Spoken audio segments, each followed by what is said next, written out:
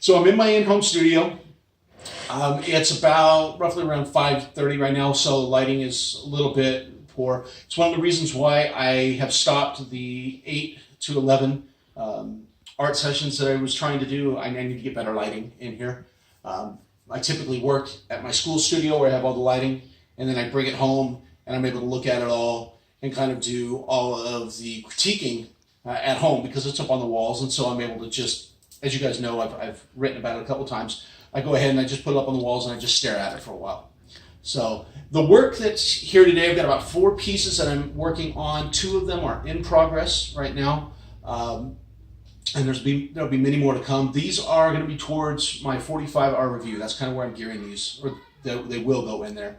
And one of the interesting things that's come about through this class is I finally have my direction for my 45-hour review. I know what medium I'm going after, so it's been a pretty exciting quarter overall. A couple of works didn't go as well, and it was that process that kind of led me to where I am right now currently. So I'll go through the work. You have the PDF. You can look at the work a little bit cleaner. So I will show you the works and I'll talk about them individually. The first piece I started was called Walk the Dog. It's more of a commentary on basically us as adults and what we're going through. For me, I'm a school teacher, and when I'm not teaching, I'm coming home to a wedding business. My wife and I run a wedding business, as you guys know. I'm a father of 3 young girls. I'm also in SCAD, which for all of us, we all know what headaches go along with that and just how crazy things get. So really, I tried to capture in this work all of the horror and stress that I'm under on a daily basis. Okay, I kind of got the idea when I was out walking the dog one day and I'm jerking the dog around because he's not going where I wanted to go. And I'm thinking to myself, I feel like this stupid dog. I feel like life is just jerking me around in all these different places and I can't really control it. I'm free to go wherever I want. I've chosen my path. And now I'm getting jerked around by 200 kids, their parents, my business, my school, everything. And so I'm like, okay, this kind of works. So that's kind of why I put this all together. The details happen in the face for right now and in the hands. And it's not necessarily gone on here because it was about this point where I really got tired of it. Other than the face and in the hands, I'm like, I don't like this anymore. I didn't like feeling this way constantly or going back to this. So actually the piece for me, I don't know if I'll complete it for the 45-hour review, but it kind of had the inverse effect of what I thought it was going to have. It put me in a pretty negative place, and I didn't want to be there. The other piece that I started working on, which I talked about, was a piece to kind of support our law enforcement. I felt that there was a lot of things going on with law enforcement that people are not necessarily having the right idea about. And I wanted to show a little bit of support to our law enforcement officers. So I created the work. It's called He Hate Me. Again, you have the PDF so you can see a cleaner image of it. And the idea of it is to put a middle-aged white police officer with American flag as a backdrop and the colors that we have here. And the title itself kind of begs the question, who hates who?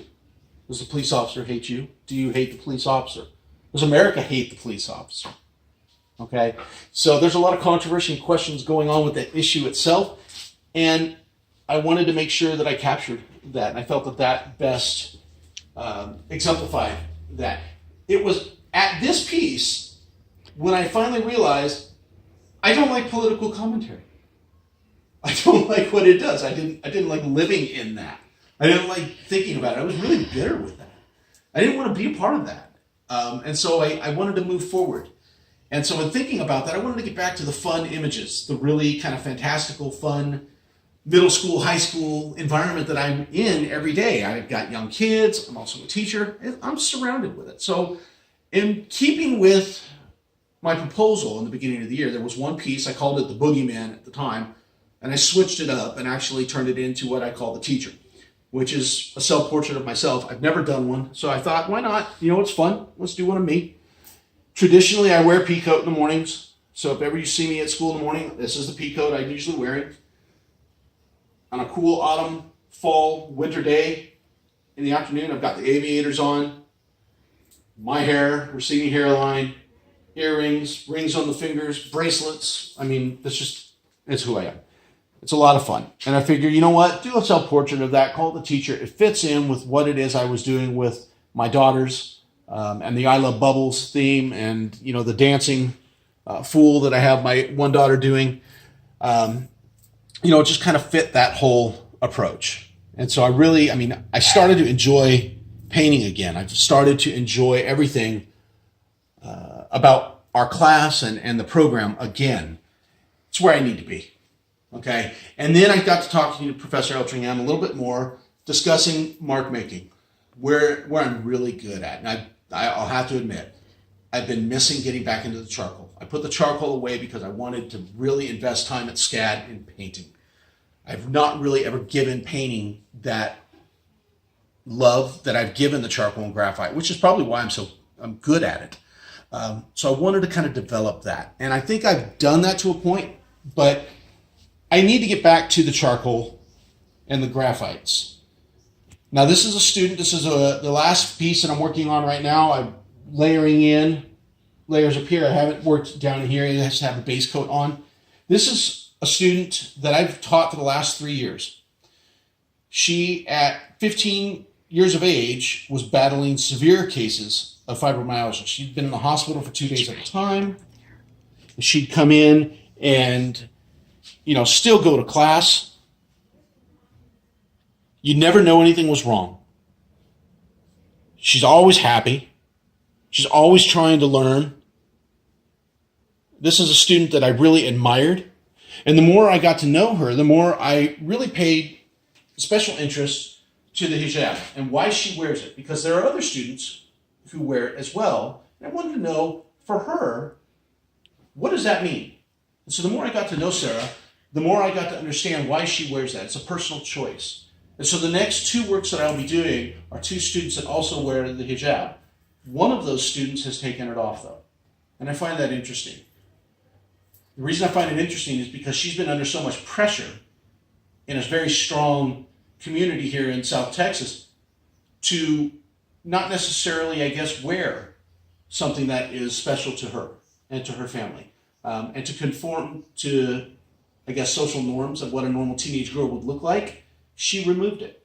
And I don't know why I found that sad. But when Nora removed that, after 2 years of teaching her, and this would have been my 3rd year, it was odd to me that she would do that. And I felt bad for her that she had to give something like that up in order to conform to her social norms. And so I really wanted to capture that. So that'll be picture number 3 probably. But I'm getting back into the charcoal, definitely getting back into the mark making. I think that's my strength. And so this is kind of what I'm working on right now. Thank you guys for checking this out. Again, you have the PDF. If there's anything you want to see with images, you can get a cleaner look at them through the PDF that I've attached. Take care.